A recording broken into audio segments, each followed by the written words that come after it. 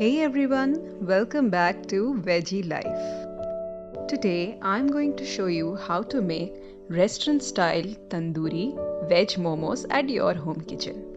It is a perfect starter dish that you can make to impress your guests the next time you host them. This is a very easy recipe that we will make without using a tandoor or an oven. So let's get started. We will require some grated cabbage, grated carrots, ginger and garlic chopped finely, and some finely chopped red capsicum. To begin the cooking process, I've added 3 spoons of oil and a bulb of spring onion. To this, we'll add the green chilies, garlic, and ginger that we chopped earlier and saute at high heat. To this, we will add the grated cabbage, carrot, and saute until both of them wilt. Once they've wilted, we'll add red capsicum that we had chopped earlier and saute it. To season, let's add salt and black pepper and saute it once more and allow this mixture to cool down to room temperature. To make the dough, I have taken some refined flour and added salt and some oil to it. Now we will add some water and make a soft and a pliable dough. The dough needs to rest for at least 5 to 10 minutes before we can take it to cut out equal portions and roll out momos. Once done, coat the dough with some oil so that the moisture can stay locked in. After the dough has rested sufficiently, now it is ready to be kneaded into small balls. I have elongated the dough here and separated them into equal small portions. Now dust some flour and take out the portions, make tiny balls and flatten them. Here I am using a rolling pin to flatten the dough. With the help of a steel cup, I cut out circles from this dough. To this we will be adding the filling right in the center. Loosen up the sides of the dough. Picking up each side of the momo, we will bring it together to make a stitch-like design right in the center. This process takes a lot more skill and practice. Doing this at least 3 to 4 times repeatedly will make you a pro soon. Now we take the corners of each side and bring them to the center and seal them using our fingers.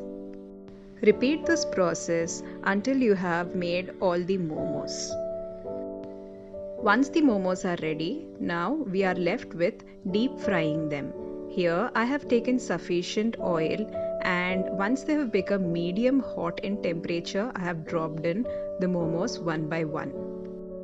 The goal is to deep fry these momos until they are just about 70% done.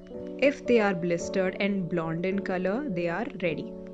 For the tandoori marination, I have taken some curd, added red chili powder, cumin powder, garam masala, dhania powder and amchur powder to this mix.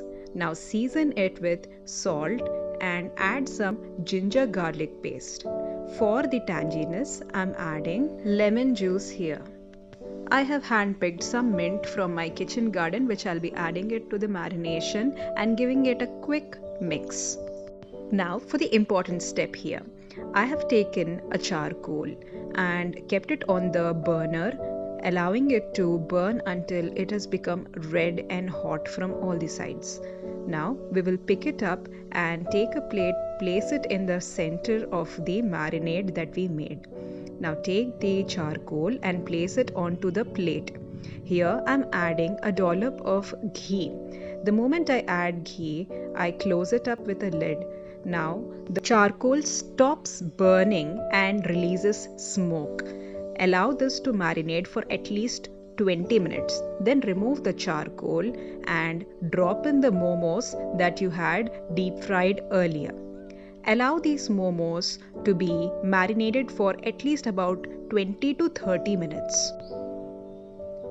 The momos will pick up on all the smoky flavor from the marination that we had made.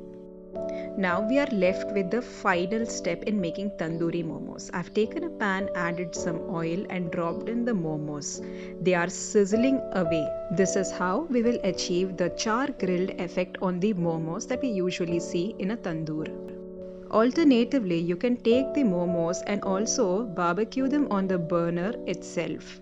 To demonstrate, I've picked up the momos and char grilled them on the burner directly on all the sides.